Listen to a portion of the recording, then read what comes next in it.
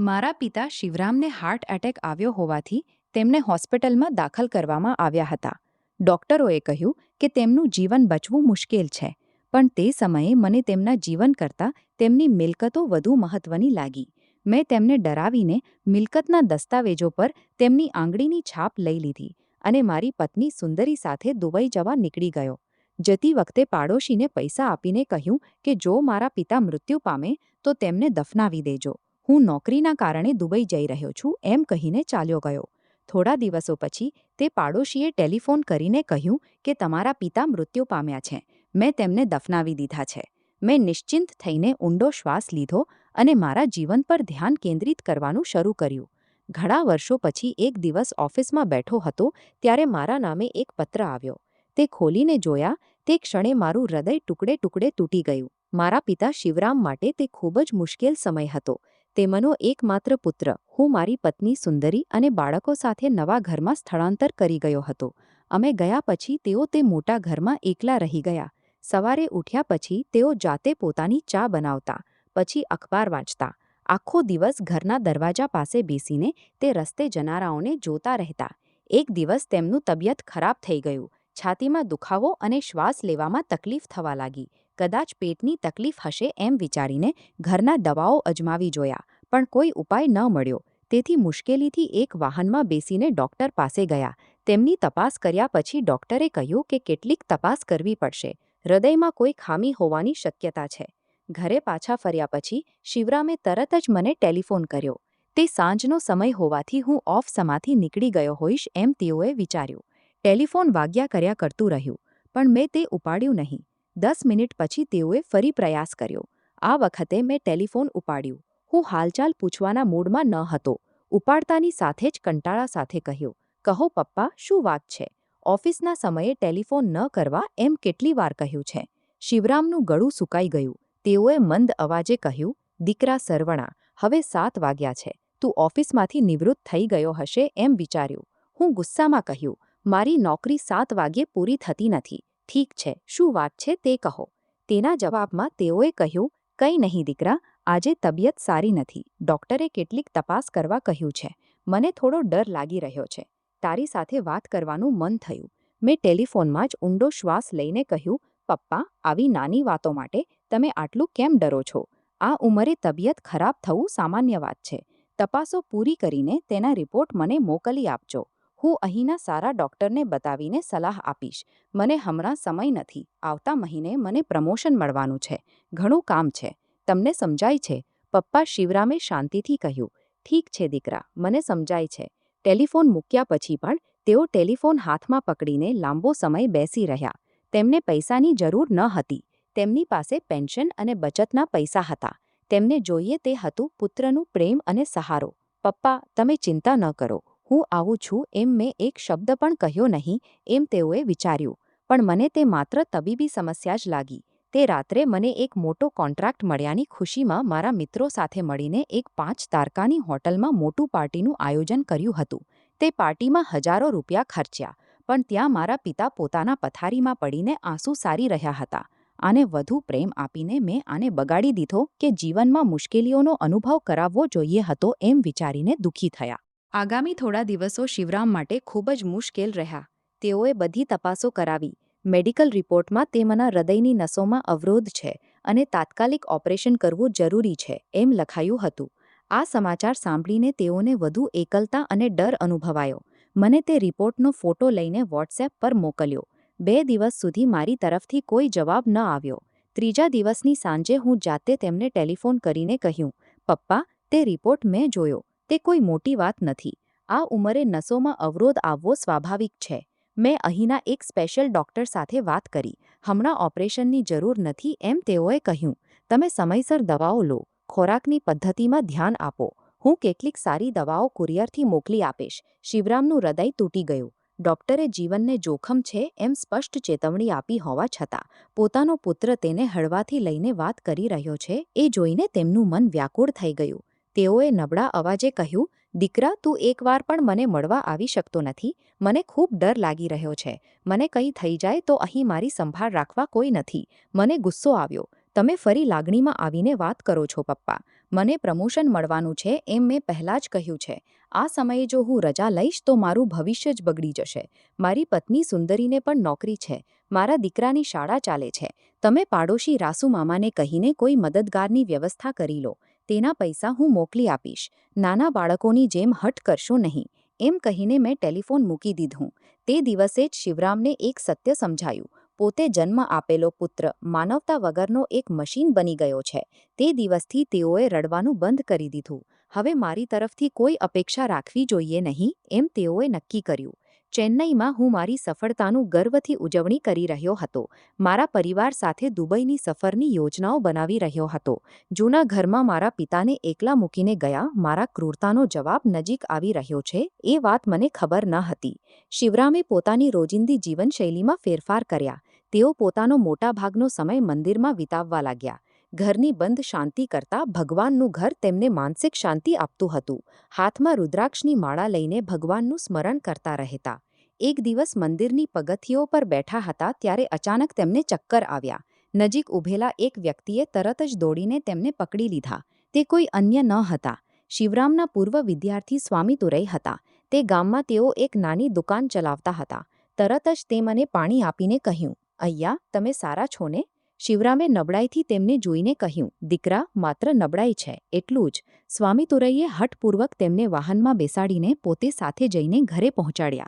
ઘરની કરુણ સ્થિતિ અને શિવરામની એકલતા જોઈને તેમનું મન દુઃખી થઈ ગયું. "સરવર્ણ અન્ના તમને મળવા આવ્યા નથી?" એમ પૂછ્યું. તેના જવાબમાં શિવરામે માથું નમાવીને કહ્યું, "તેને ખૂબ કામ છે દીકરા." સ્વામી તુરઈને વાત સમજાઈ ગઈ. તેઓ તેનાથી વધુ કંઈ પૂછ્યું નહીં, પણ તે દિવસથી તેઓએ એક નિર્ણય લીધો. રોજ સવારે અને સાંજે શિવરામને મળવા જઈને હાલચાલ પૂછવાનું તેઓએ નિયમિત કરી દીધું. તેમની તે નિષ્કપટ અને અપેક્ષા વગરની સેવા શિવરામના ઘા માટે દવા સમાન બની. હું મારા પરિવાર સાથે દુબઈ જવાની યાત્રાની તૈયારીઓમાં વ્યસ્ત હતો. હું દેશ છોડીને જઈ રહ્યો છું એ વાત મારા પિતાને કહેવાનું પણ મને મન ન થયું. જો કહું તો તેઓ ફરી પોતાની તબિયતની વાત કરીને વિલાપ કરશે એમ મેં વિચાર્યું. આ રીતે હું મારા આનંદના જગતમાં ડૂબીને મારા વૃદ્ધ પિતાને એકલતામાં અને ભગવાનની જવાબદારીમાં મૂકીને દુબઈ ઉડી ગયો. પણ તે દુબઈની યાત્રા મારા જીવનનું સૌથી મોટું વળાંક બનવાની છે અને મેં કરેલા પાપોનું ફળ ભોગવવાનો સમય આવી ગયો છે એ વાત મને ખબર ન હતી. બીજા દિવસની સાંજે સ્વામી તુરઈ શિવરામને મળવા આવ્યા ત્યારે અંદર થયેલા દૃશ્યને જોઈને સ્તબ્ધ થઈ ગયા. શિવરામ જમીન પર પડી ગયા હતા. તેમનું આખું શરીર પરસેવાથી ભીંજાયેલું હતું. સ્વામી તુરઈએ ગભરાઈને તેમને ઉપાડીને જોયા. તેમની નાડીનું ધબકારું ખૂબ ધીમું હતું. શું કરવું તે ન સમજાતા તેઓએ તરત જ પોતાના ટેલિફોનથી એમ્બ્યુલન્સ બોલાવીને તેમને હોસ્પિટલ લઈ ગયા. રસ્તા આખા તેઓએ તેમના હાથ પકડીને કહ્યું, "અહીંયા, આંખો ખોલો, આપણે હોસ્પિટલ આવી ગયા. તમને કંઈ થશે નહીં." એમ રડતા રહ્યા. શિવરામની આંખો ખુલ્લી હતી, પણ દૃષ્ટિ ઝાંખી પડી રહી હતી. તેઓ સ્વામી તુરઈને જોઈ રહ્યા હતા, પોતાના પુત્રને શોધતી નજરે. હોસ્પિટલ આવ્યા પછી ડોક્ટરોએ તરત જ તેમને ઇમરજન્સી વોર્ડમાં દાખલ કર્યા. તેમને ગંભીર હાર્ટ એટેક આવ્યો છે અને તાત્કાલિક સારવાર આપવી જરૂરી છે એમ કહ્યું. પણ ખાનગી હોસ્પિટલોની પ્રથા અનુસાર પહેલાં ફોર્મ ભરીને પૈસા ભરવા કહ્યું. રિસેપ્શન પરની નર્સે સ્વામી તુરઈને પૂછ્યું, "દર્દી સાથે તમારો શું સંબંધ છે?" સ્વામી તુરઈએ એક ક્ષણ વિચાર્યું. તે પુત્ર પણ નહીં, સગા પણ નહીં. છતાં તે સમયે તેઓએ પેન લઈને સંબંધની જગ્યાએ પુત્ર લખ્યું.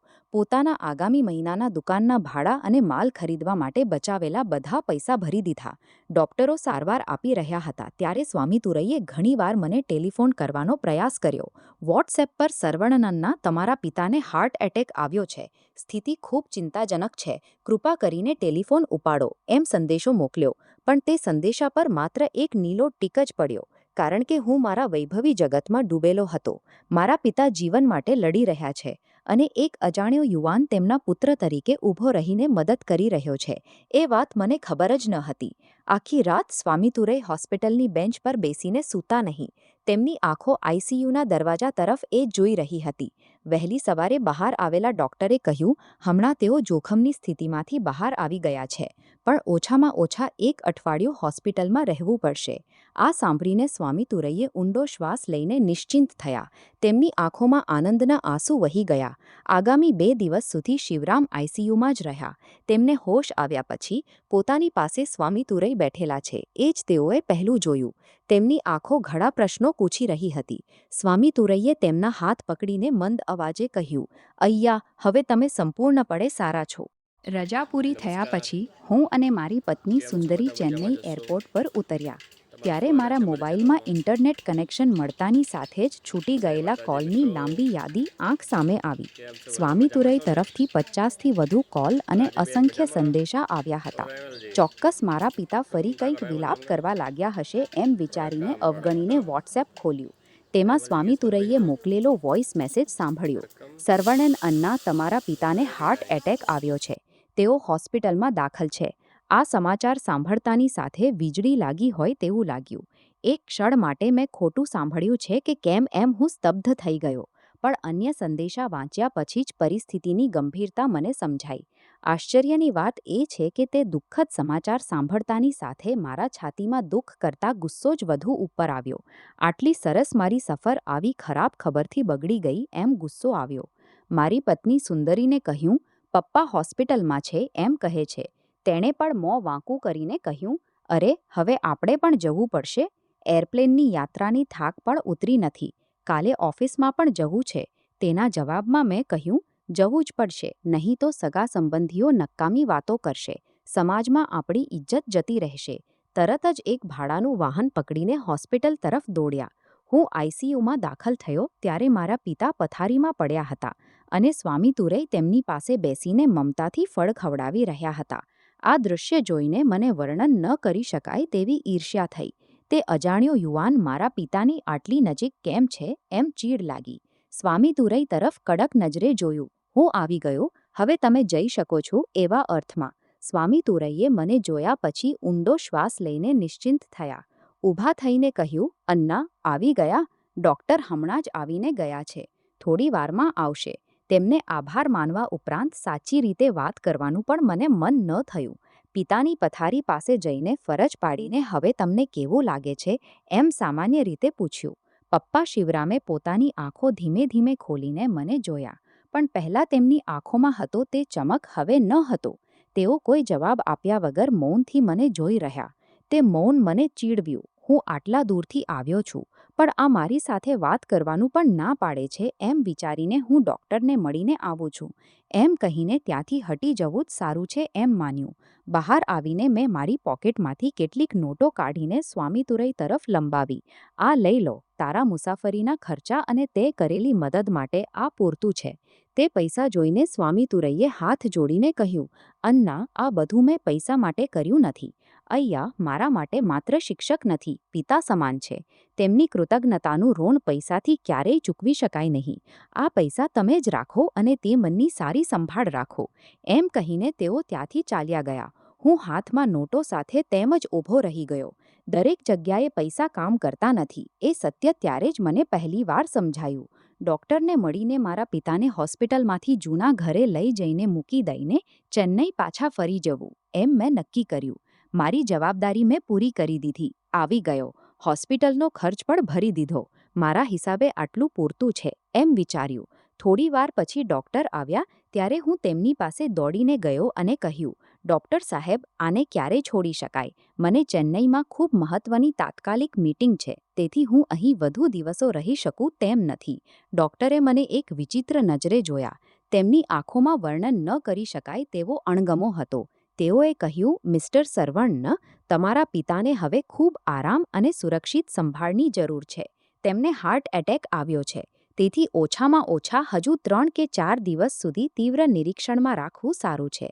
જો તમારા ઘરમાં જ સંપૂર્ણ મેડિકલ સુવિધા સાથે 24 કલાક સંભાળ રાખવા માટે એક નર્સની વ્યવસ્થા કરી શકો તો તેમને ઘરે લઈ જઈ શકો છો." આ સાંભળીને મારા ચહેરા પર ખુશી જણાઈ. તરત જ મેં કહ્યું, "ડૉક્ટર સાહેબ, પૈસાની ચિંતા ન કરો. તમે એક નર્સની વ્યવસ્થા કરો. તેનો ખર્ચ હું ભરીશ. કૃપા કરીને કાલ સુધીમાં મને અહીંથી છોડી દો." ડૉક્ટરે ધીમે ધીમે પાછા ફરીને શાંતિથી પોતાના પુત્રની તાત્કાલિકતા જોઈ રહેલા શિવરામને જોયા. તેમની આંખોમાં દુઃખનું સ્થાન ન હતું, બદલે બધું સ્વીકારી લેવાની માનસિક તૈયારી હતી. પોતાનો પુત્ર પોતાને પિતા તરીકે જોવા કરતાં જલ્દી મૂકી દેવાના મોટા બોજા તરીકે જ માને છે. એ વાત તેઓએ સંપૂર્ણપણે સમજી લીધી. ડૉક્ટરે એક ઊંડો શ્વાસ લઈને કહ્યું, ઠીક છે, કાલ સવારે અમે છોડીશું. પણ એક વાત યાદ રાખજો, તેમને કોઈ પણ પ્રકારનું માનસિક તણાવ ન થવું જોઈએ. હું સ્મિત સાથે કહ્યું, અરે ડૉક્ટર સાહેબ, માનસિક તણાવ કેમ આવશે? હું આવી ગયો છું ને, બધું હું જ જોઈ લઈશ.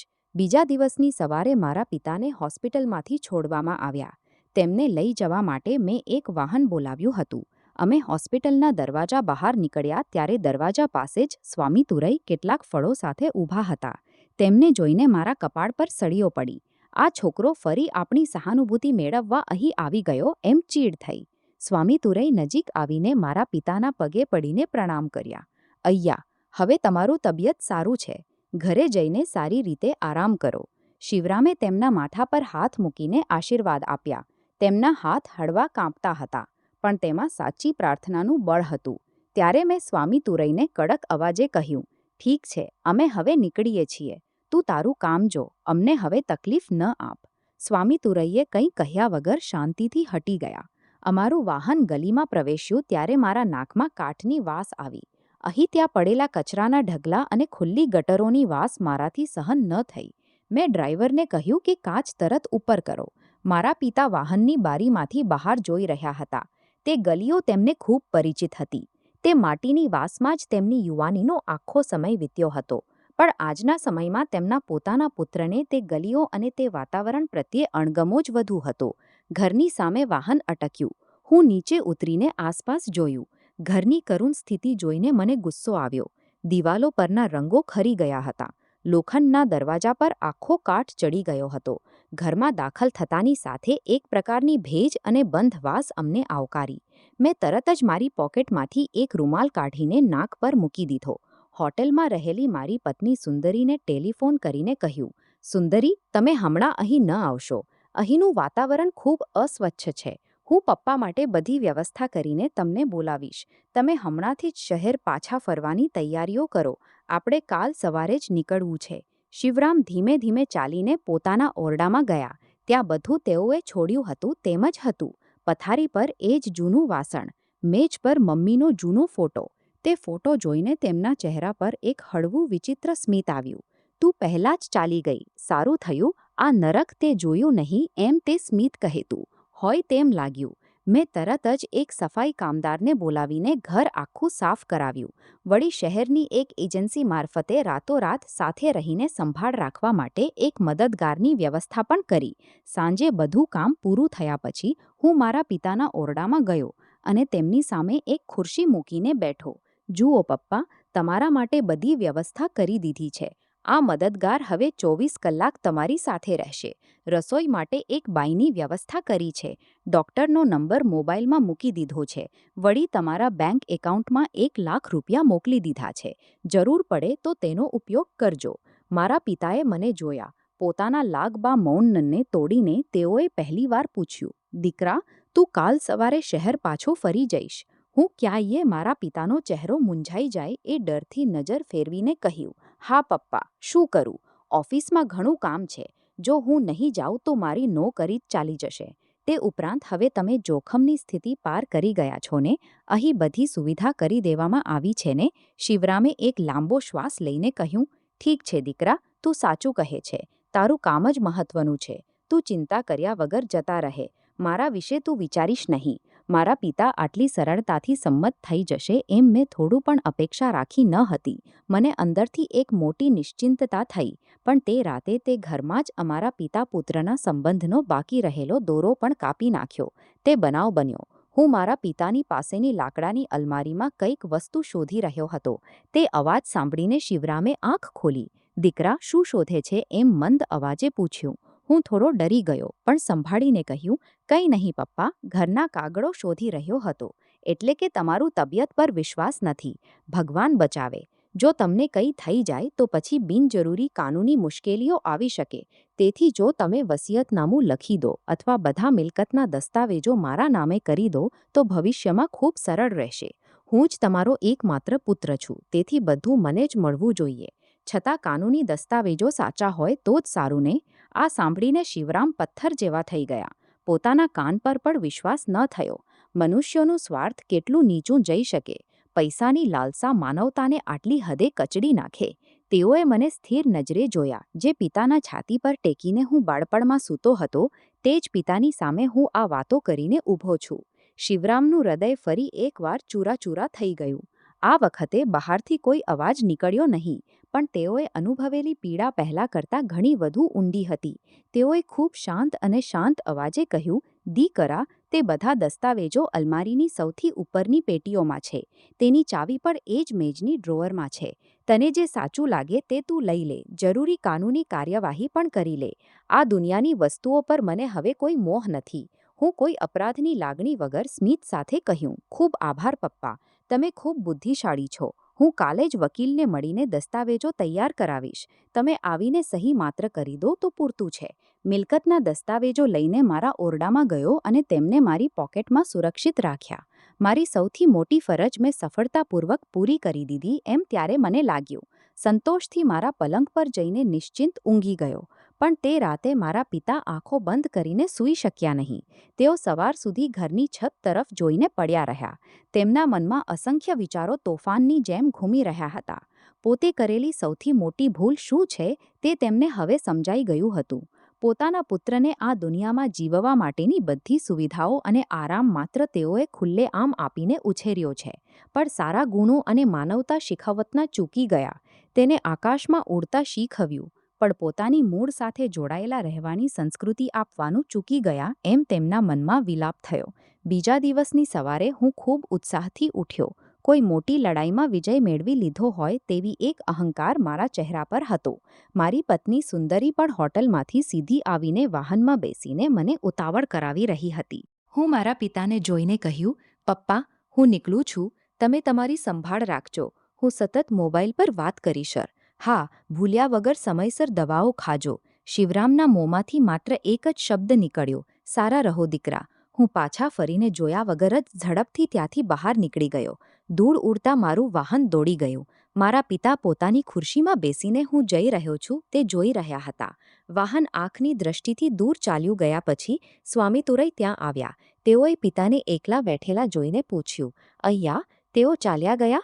તેના જવાબમાં શિવરામે કહ્યું, "હા દીકરા, તેઓ ચાલ્યા ગયા. પણ તેઓ જવું એ સારું જ થયું, કારણ કે હવે મારે એક મહત્વનું કામ પૂરું કરવું છે." સ્વામીતુરઈએ આશ્ચર્યથી પૂછ્યું, "કયું કામ અહીંયા?" શિવરામની આંખોમાં એક નવો ચમક દેખાયો. તેઓએ કહ્યું, "સ્વામીતુરઈ, મને વકીલ પાસે લઈ જા. મારે મારી વસિયત બદલવી છે." સ્વામીતુરઈ સ્તબ્ધ થઈને કહ્યું, "અહીંયા, તમે હમણાં જ હોસ્પિટલમાંથી આવ્યા છો. હવે થોડો આરામ કરો. આ બધું પછી જોઈ લઈશું."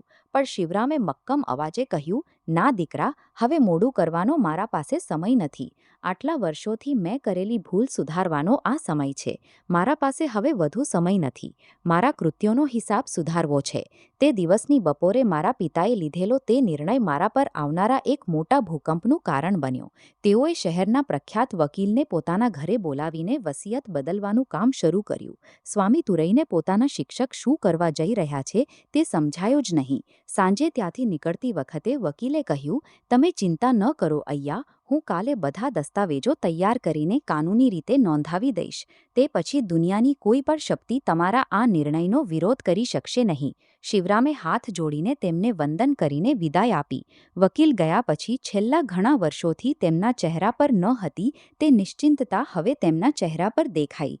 હું ચેન્નઈ પાછા ફરતા રસ્તે ખુશીથી મસ્ત હતો. મારી પત્ની સુંદરીને ગર્વથી કહ્યું, "જોયું, મેં પહેલાં જ કહ્યું હતું ને, પપ્પા આપણી સામે ઝૂકી જશે. હવે આ મિલકત પણ આપણી જ છે. આને વેચીને અહીં એક મોટું બિઝનેસ કોમ્પ્લેક્સ પણ બનાવી શકાય." સુંદરી પણ ખુશ થઈ. "હા, આ સારો વિચાર છે. તે પછી ત્યાં કોણ જવાનું છે?" સારું થયું તે સાચા સમયે વાત પૂરી કરી દીધી. અમે બંને અમારી કલ્પનાના જગતમાં તરી રહ્યા હતા. મારા પિતાએ બધું બદલી નાખતી એક યોજના બનાવી છે એ વાત અમને થોડી પણ ખબર ન હતી. આગામી થોડા દિવસોમાં મારા પિતાના તબિયતમાં સારો સુધારો થયો. મનમાંથી મોટો બોજો ઓછો થતાં શરીર પણ તેની સાથે સહકાર આપવા લાગ્યું. હું પણ ખુશ હતો. આ ઘરના જૂના દસ્તાવેજો અને મારા પિતાની મૌખિક સંમતિ મારી પાસે હતી. જૂના ઘરને સારી કિંમતે વેચવા અંગે મારા મિત્રો અને એજન્ટો સાથે વાતચીત શરૂ કરી દીધી હતી. સુંદરી પણ એક મોટો બોજો માથા પરથી ઉતરી ગયો હોય તેવી નિશ્ચિંતતા અનુભવી રહી હતી. અમે અઠવાડિયાના અંતે મિત્રો સાથે પાર્ટીઓ કરીને આવનારા કરોડો રૂપિયાના સપનામાં ડૂબી રહ્યા હતા. ત્યાં શિવરામ પહેલા કરતાં ખૂબ શાંત અને ખુશ દેખાતા હતા. મને મળતા પહેલા તેમની પાસે હતી તે દુઃખી ચિંતાની લીટીઓ હવે તેમના ચહેરા પર ન હતી. સ્વામીતુરઈ તેમની ખૂબ આદરથી સંભાળ રાખતા હતા. સાંજે સ્વામીતુરઈ પોતાની દુકાન બંધ કરીને આવતા ત્યારે બંને ખુલ્લી જગ્યામાં બેસીને ચા પીતા પીતા લાંબો સમય વાતો કરતા. 1 મહિનો વીતી ગયો હશે. એક દિવસ મારા ઓફિસમાં એક પત્ર આવી પહોંચ્યો. હું મારા ઓરડામાં બેસીને કામમાં વ્યસ્ત હતો. ઓફિસના પ્યુને એક પીળા રંગનું કવર મારા મેજ પર મૂક્યું. હું પણ તે કોઈ સામાન્ય પત્ર હશે એમ વિચારીને તેને ખોલ્યા વગર એક બાજુ મૂકી દીધું. બપોરના ભોજનના વિરામ પછી હું થોડો આરામથી હતો ત્યારે મારી નજર તે પીળા કવર પર પડી. તેમાં મોકલનારનું સરનામું જોયા પછી મને ડર ચડી ગયો. તેમાં તંજાવુર રજિસ્ટ્રાર ઓફિસ છપાયેલું હતું.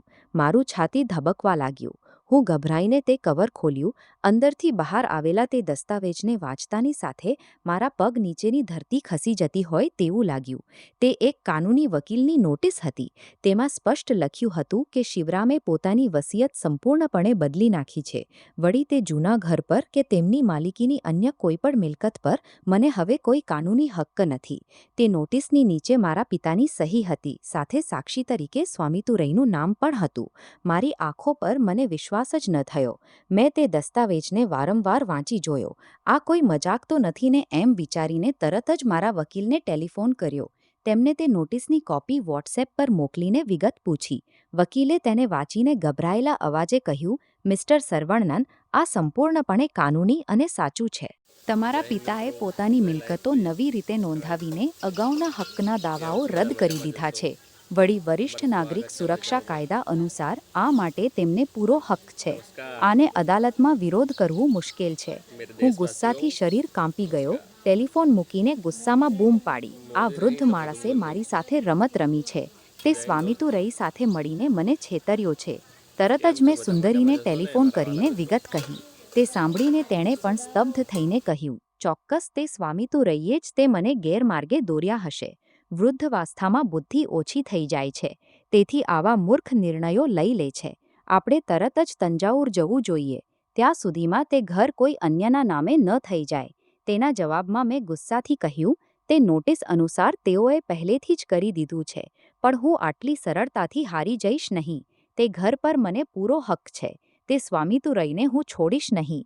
ઓફિસમાંથી તાત્કાલિક રજા લઈને મારા વાહનમાં તંજાવુર તરફ નીકળી પડ્યો. ગુસ્સાની ટોચે હોવાથી મને રસ્તા કે ટ્રાફિક સિગ્નલો નજરે ન પડ્યા. રસ્તામાં મારા પિતાને ટેલિફોન પર કોલ કર્યા, પણ તેઓ જાણી જોઈને મારા કોલ ટાળી રહ્યા છે એમ મેં વિચાર્યું. તે સ્વામીતુરઈને કેવી રીતે પાઠ ભણાવવો, મારા પિતાને ડરાવીને ફરી દસ્તાવેજો પર સહી લેવી, એવા ક્રૂર વિચારો મારા મનમાં ઘૂમી રહ્યા હતા. મારા પૈસાનો અહંકાર મને સંપૂર્ણપણે ઘેરી વળ્યો હતો. રાતે 8 વાગ્યા સુધીમાં મારું વાહન જૂના ઘરની સામે અટક્યું. મેં વાહનનો દરવાજો આક્રોશથી બંધ કરીને ઘરના લોખંડના દરવાજા તરફ દોડ્યો. દરવાજો અંદરથી બંધ હતો. મેં દરવાજો જોરથી ઠોક્યો. પપ્પા, દરવાજો ખોલો. તમે અંદર જ છો એ મને ખબર છે એમ બૂમ પાડી. ત્યારે ત્યાંની રસોડામાં ભોજન બનાવી રહેલા સ્વામીતુરઈએ આ અવાજ સાંભળીને બહાર આવ્યા. તેઓએ દરવાજો ખોલ્યો ત્યારે મેં તેમને સખત ધક્કો માર્યો. સ્વામીતુરઈ લથડીને પાછળ પડી ગયા. હું સીધો ઘરમાં દાખલ થઈ ગયો. ત્યાં મારા પિતા પોતાની આરામ ખુરશીમાં બેસીને શાંતિથી પુસ્તક વાંચી રહ્યા હતા. મને જોયા પછી તેઓએ પોતાની નજર મારા તરફ ફેરવી.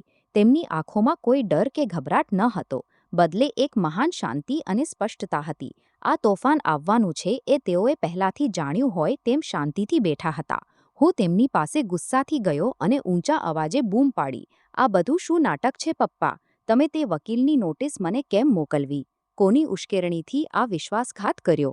આ સ્વામીતુરઈની વાત સાંભળીને કર્યું એમ તેમને બતાવીને ગુસ્સાથી આંગળી ચીંધી.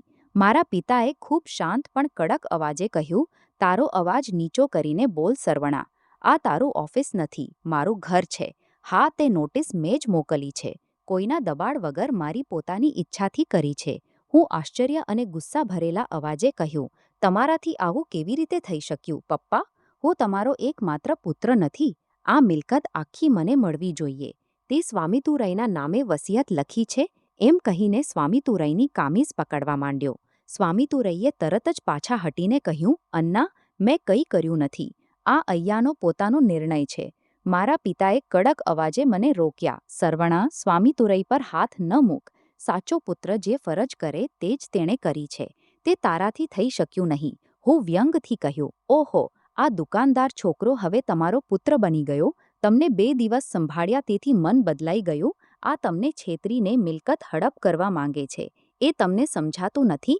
તમે આની વાત સાંભળીને છેતરાઈ ગયા છો. થોડું વિચારી જુઓ પપ્પા, આ દુનિયા લાગણીઓથી નથી ચાલતી, પૈસાથી ચાલે છે. મારા પિતા ધીમે ધીમે પોતાની ખુરશીમાંથી ઊભા થયા. મારી આંખોમાં સીધું જોઈને કહ્યું, બિલકુલ સાચું કહ્યું દીકરા. આ દુનિયા લાગણીઓથી નથી ચાલતી એ સાચું છે, પણ એક પરિવાર લાગણીઓ અને માનવતાથી જ ચાલે છે. તે બુદ્ધિમાની વાત તે કહીને. તે મને જે શીખવ્યું તે જ હું હવે કર્યું છે. હોસ્પિટલમાં હું મૃત્યુની કિનારે પડ્યો હતો ત્યારે તું મારી પાસે આવીને મિલકતના દસ્તાવેજો માગવા ઊભો રહ્યો. હું ક્યારે મરીશ એમ મારા શબપેટી પર બેસીને હિસાબ મૂક્યો. તે દિવસે જ તું મારા પુત્ર તરીકે મરી ગયો. મારી આંખો સામે માત્ર એક વેપારી જ ઊભો હતો. મને ગભરાટ વધી ગયો. મારા પિતા આટલા ખુલ્લેઆમ મારા સ્વાર્થી ચહેરાને તોડીને વાત કરશે એમ મેં અપેક્ષા રાખી ન હતી. મેં સંભાળવાનો પ્રયાસ કરીને કહ્યું, પપ્પા, તમે ખોટું સમજો છો. મેં તમારા ભવિષ્યને સુરક્ષિત રાખવા માટે જ એમ કર્યું. તમારા પછી કાનૂની મુશ્કેલીઓ ન આવે એ માટે જ. ને એમ હકલાઈને કહ્યું. મારા પિતાએ પોતાનો હાથ ઊંચો કરીને મને શાંત કર્યા. મારા પછી શું થશે તેની ચિંતા તું ન કર. તેની વ્યવસ્થા મેં કરી દીધી છે. આ ઘર હવે કોઈનું પણ નથી. આ એક ટ્રસ્ટમાં લખાઈ ગયું છે. આ શહેરમાં આશ્રયવિહીન અને મુશ્કેલીમાં પડેલા ગરીબ વૃદ્ધોને મદદ કરવા આ ઘર હવે વપરાશે. આ ટ્રસ્ટના જવાબદાર સ્વામીતુરૈ છે. આ ઘર પર તને કોઈ હક નથી. સ્વામીતુરૈને પણ કોઈ હક નથી. પોતાના પરિવાર દ્વારા ત્યજાયેલા અનાથો માટેનું આશ્રય સ્થાન બનીને આ ઘર હવે રહેશે. આ સમાચાર મને મોટો આંચકો આપ્યો. ટ્રસ્ટ? આ ઘર દાનમાં આપી દીધું? તમને પાગલપણું ચડ્યું છે પપ્પા? કરોડોની કિંમતની આ મિલકત આમ ફેંકી દેવાની છે? હું અદાલતમાં જઈશ. તમે માનસિક રીતે અસ્વસ્થ છો એમ સાબિત કરીશ એમ બૂમ પાડી. ત્યારે મારી પાછળ ઊભેલી સુંદરી પણ ગુસ્સાથી આગળ આવીને કહ્યું, હા મામા, આ અમારા દીકરાની ભવિષ્યની મિલકત છે. તમારા પૌત્રના હક્કને કેવી રીતે છીનવી શકાય? મારા પિતાએ સુંદરીને એક નજરે જોઈને વાત શરૂ કરી. મારા પિતાએ મને જોઈને પૂછ્યું, છેલ્લા 5 વર્ષમાં કાર્તિકે કેટલી વાર પોતાના દાદા સાથે વાત કરી છે? કેટલી વાર તે તેને અહીં લઈ આવ્યો છે? સંબંધોથી જ હક્ક જન્મે છે, માત્ર રક્ત સંબંધથી નહીં. સંબંધો જ ન હોય ત્યારે હક્ક ક્યાંથી આવે? અદાલતમાં જવું છે? ખુલ્લેઆમ જા. મારા મેડિકલ રિપોર્ટ અને માનસિક સ્વાસ્થ્યના પ્રમાણપત્રો મેં નોંધાવી દીધા છે. રજિસ્ટ્રાર સામે મારો વિડિયો રેકોર્ડ પણ છે. તારાથી કંઈ પણ સાધી શકાય નહીં. હું સંપૂર્ણપણે મનોભંગ થઈને સોફા પર ઢળી પડ્યો. મને હંમેશા છોડી ન દેનારો, મારા એક શબ્દે દોડી આવનારો મારો પિતા કેવી રીતે આટલો કઠોર બની ગયો એ મને વિશ્વાસ જ ન થયો. મારો અહંકાર અને અહંભાવ ચૂરાચૂરા થઈ રહ્યા હતા. બીજો કોઈ રસ્તો ન હોવાથી મેં છેલ્લા પ્રયાસ તરીકે મારો અવાજ નરમ કરીને કહ્યું, પપ્પા, મને માફ કરો. કામના તણાવને કારણે તમને સંભાળી શક્યો નહીં. તેના માટે મને કાઢી મૂકવા માંગો છો? હું તમારો પોતાનો પુત્ર નથી? લોકો મારા વિશે શું વિચારશે? સમાજમાં આપણી ઇજ્જત શું થશે? શિવરામે એક લાંબો શ્વાસ લીધો. હવે તેમની આંખોમાં ગુસ્સાને બદલે કરુણા હતી. તેઓએ કહ્યું, માન અને મર્યાદા તો તે જ દિવસે નાશ પામી ગઈ સરવણા. એક પિતાએ પોતાના પુત્ર પાસે પ્રેમ માટે ભીખ માંગવાની સ્થિતિ આવી. તે જ દિવસે બધું પૂરું થઈ ગયું. તારી પાસે મારા માટે 2 મિનિટ પણ ન હતી. તે જ દિવસે તે પૂરું થઈ ગયું. લોકો શું કહેશે એમ પૂછે છે ને. હું અહીં એકલો તડપી રહ્યો હતો ત્યારે પણ અને તું વિદેશમાં ફરી રહ્યો હતો ત્યારે પણ. લોકો વાતો જ કરતા હતા. મને હવે લોકોની વાતની ચિંતા નથી. મને મારી માનસિક શાંતિ જ મહત્વની છે. જેને તેની સાચી કિંમત ખબર હોય તેને જ મારી મિલકત મળવી જોઈએ. હું ગુસ્સાથી કહ્યું, ઠીક છે, તમને એમ જ લાગે છે તો રહેવા દો. પણ એક વાત યાદ રાખજો, જો તમે બીમાર પડો કે પૈસાની જરૂર પડે તો આ ટ્રસ્ટ કે સ્વામીતુરૈ તમને મદદ કરવા આવશે નહીં. ત્યારે મારી પાસે દોડી આવશો નહીં. શિવરામે સ્મિત સાથે કહ્યું, દીકરા, તેની જરૂર જ પડશે નહીં. મારી પેન્શન અને બાકીની બચત પણ તે ટ્રસ્ટને આપી દીધી છે. ત્યાં મને સારવાર અને માન સન્માન મળશે. હોસ્પિટલમાં પોતાના પિતાને એકલા મૂકીને ચાલ્યા જનારા તારી પાસેથી કઈ અપેક્ષા રાખવી એ મૂર્ખાઈ જ છે ને. હવે ત્યાં ઊભા રહેવામાં કોઈ ફાયદો નથી. એ સમજીને હું સંપૂર્ણપણે હારી ગયો હતો. સુંદરીનો હાથ પકડીને કહ્યું, ચાલ જઈએ. આ માણસને તેની હાલતમાં મૂકી દઈએ. બધા પૈસા ટ્રસ્ટને દાનમાં આપીને મોટા માણસ બની જવાનું વિચારે છે. આ કેટલા દિવસ ચાલે છે તે જોઈએ. હું પગ જમીન પર પછાડતા પછાડતા બહાર નીકળી ગયો.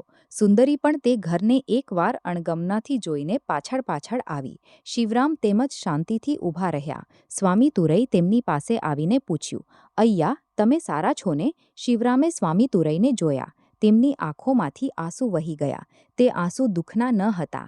બદલે ઘણા વર્ષોથી તેઓ ઊંચકી રહ્યા હતા તે મોટા બોજાના ઉતરી જવાની નિશ્ચિંતતાનું પ્રગટીકરણ હતું. તેઓએ કહ્યું, હા સ્વામી તુરઈ, હું સારો છું. મારા આંસુનો હિસાબ સુધારી દીધો છે. પણ સાચો હિસાબ હજુ બાકી છે.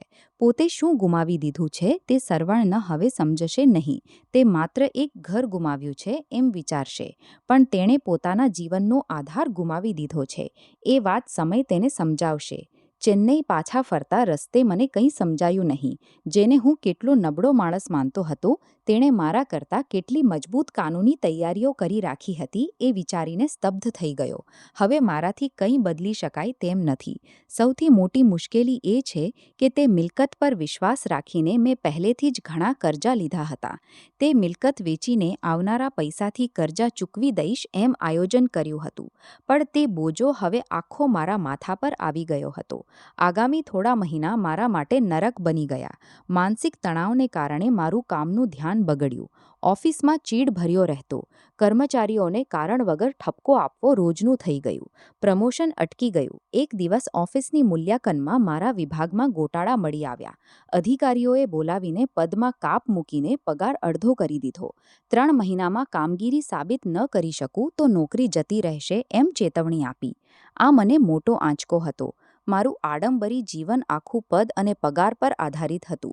હવે પગાર અડધો થતાં ઘરનું કરજું, દીકરાની શાળાની ફી બધું જ મુશ્કેલ બની ગયું. તે દિવસે સાંજે ઘરે આવ્યો ત્યારે શરીર અને મન બંને થાકેલા હતા.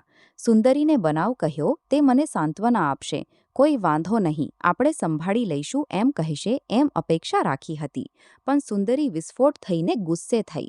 તને આટલી બેજવાબદારી કેવી રીતે આવી? આપણા ખર્ચા કેટલા છે તે ખબર છે? હવે કાર્તિકની શાળાની ફી કેવી રીતે ભરવી? મારા કાર્યક્રમો શું થશે? આવતા મહિને તુર્કીની યાત્રા શું થશે? તારા અહંકારથી બધું બગાડી નાખ્યું. પહેલાં મિલકત ગુમાવી, હવે નોકરી પણ ગઈ. તું એક નિષ્ફળ માણસ છે, નિષ્ફળ માણસ. આ શબ્દ એક તીક્ષ્ણ તીરની જેમ મારા છાતીમાં વાગ્યો. જે પત્ની માટે મેં મારા પિતાને ફેંકી દીધા, તે જ પત્નીના મોંમાંથી આજે તે શબ્દ મને બાળી રહ્યો હતો. દિવસે દિવસે મારું શરીર અને મન બંને વધુ ખરાબ થતા ગયા. એક દિવસ ઓફિસમાં બેહોશ થઈને પડી ગયો. સહકર્મીઓએ હોસ્પિટલમાં દાખલ કર્યો. મારી આંખ ખુલી ત્યારે સુંદરી પાસે હતી, પણ તેના ચહેરા પર પ્રેમ કરતા ગુસ્સો અને ચીડ જ વધુ હતા. તેણે કહ્યું, ડૉક્ટર કહે છે કે આરામ જોઈએ, પણ તારાથી કેવી રીતે આરામ થઈ શકે? ઘરના કરજાની હપ્તો પૂરો થઈ ગયો છે. બેંકના અધિકારીઓ રોજ કોલ કરે છે. આવતા અઠવાડિયામાં પૈસા ન ભરો તો ઘર કબજે લઈ લેવાનું કહ્યું છે. મેં બંધ આંખો વચ્ચે આંસુ અનુભવ્યા. હા, તે દિવસે મેં સ્વાર્થથી મારા પિતાને ગુમાવ્યા અને હવે લાલસાથી હું જ મારું જીવન ગુમાવી રહ્યો છું. બીજા દિવસે હોસ્પિટલમાંથી ઘરે આવ્યો ત્યારે તે આડંબરી ઘર મને મજાક ઉડાવતું હોય તેમ લાગ્યું. દિવાલો પર લટકેલા મોંઘા ચિત્રો હાસ્ય કરતા હોય તેમ લાગ્યા. તે 4 દિવાલો મને ઘર જેવી ન લાગી. તે માત્ર એક પાંજરું જ હતું. સાચું ઘર તો હું ગુમાવી દીધેલું તે જૂનું ઘર જ હતું. ત્યાં ભેજ હતો પણ પ્રેમ ભરેલો હતો. ત્યાં ફરશ કાદવવાળી હતી પણ લોકોના હૃદય સોનાના હતા. તે ઘર જ સાચું ઘર હતું. મને અંદરથી કઠોર અપરાધની લાગણી થઈ. હવે મોડું ન કરવું જોઈએ. મારા પાપોનું પ્રાયશ્ચિત્ત શોધવું જોઈએ એમ નક્કી કર્યું. પણ હવે ખૂબ મોડું થઈ ગયું છે કે મારા પિતા મને માફ કરશે? તે રાતે મેં મારો અહંકાર ફેંકી દઈને બીજા દિવસે વહેલી સવારે ગામ તરફ નીકળી પડ્યો. રસ્તા આખા મારા પિતાની આંખોમાં જ મેં વહાવેલા આંસુનો હિસાબ આપી શકીશ કે કેમ, એ ડર મને હલાવી રહ્યો હતો. હું ગામ પહોંચ્યો ત્યારે સાંજનો સમય હતો. ગામની ગલીઓ પહેલાં જેવી જ હતી, પણ મારી નજર બદલાઈ ગઈ હતી. આજે તે ગલીઓમાં અણગમો ન દેખાયો, બદલે તે માટીનો પ્રેમ અને સ્નેહ મને આવકારતા હોય તેમ લાગ્યું. હું જૂના ઘરના દરવાજા પાસે પહોંચ્યો. મારા પિતા મને કાઢી મૂકશે એ ડર. ઘરના ખુલ્લા દરવાજામાંથી અંદર જોયું. મોટો આંચકો રાહ જોઈ રહ્યો હતો. આંગણામાં 50થી વધુ લોકો બેઠા હતા. હું એક ખૂણામાં ડરથી ઊભો રહીને પપ્પા એમ મંદ અવાજે બોલાવ્યો. બધાની નજર દરવાજા તરફ ફરી. શિવરામે ચશ્મા સાચવીને મને જોયા. કેટલીક મિનિટો મૃત્યુની શાંતિ છવાઈ ગઈ. હું અપરાધીની જેમ માથું નમાવીને ધીમે ધીમે ચાલીને મારા પિતાના પગે પડીને રડી પડ્યો. પપ્પા, મને માફ કરો. મેં મોટી ભૂલ કરી છે. હું અંધ થઈ ગયો હતો. મારા કૃત્યની સજા મેં સંપૂર્ણપણે ભોગવી લીધી છે. કૃપા કરીને મને માફ કરો. માત્ર એક તક આપો. બધું સુધારી દઈશ.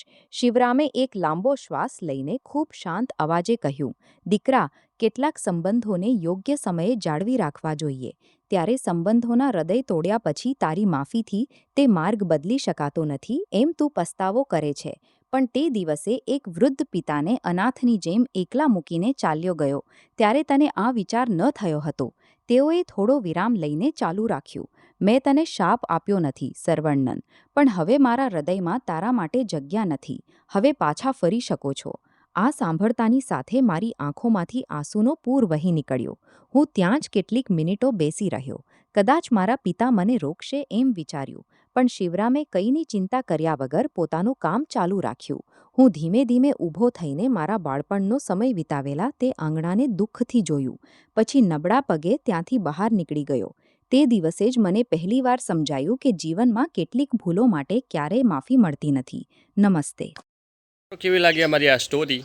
જો સ્ટોરી પસંદ આવી હોય તો વિડીયોને લાઇક કરી દો, ચેનલને સબસ્ક્રાઈબ કરી દો, અને તમે અમારી સ્ટોરી ક્યાંથી જોઈ રહ્યા છો એ કમેન્ટમાં જણાવો. તમારું શહેર, ગામડાનું નામ કમેન્ટમાં જરૂર જણાવજો, એટલે અમને ખબર પડે કે અમારી સ્ટોરી ક્યાં ક્યાં સુધી જઈ રહી છે. તો આવી બીજી સ્ટોરી જોવા માટે ચેનલને સબસ્ક્રાઈબ કરી નાખો.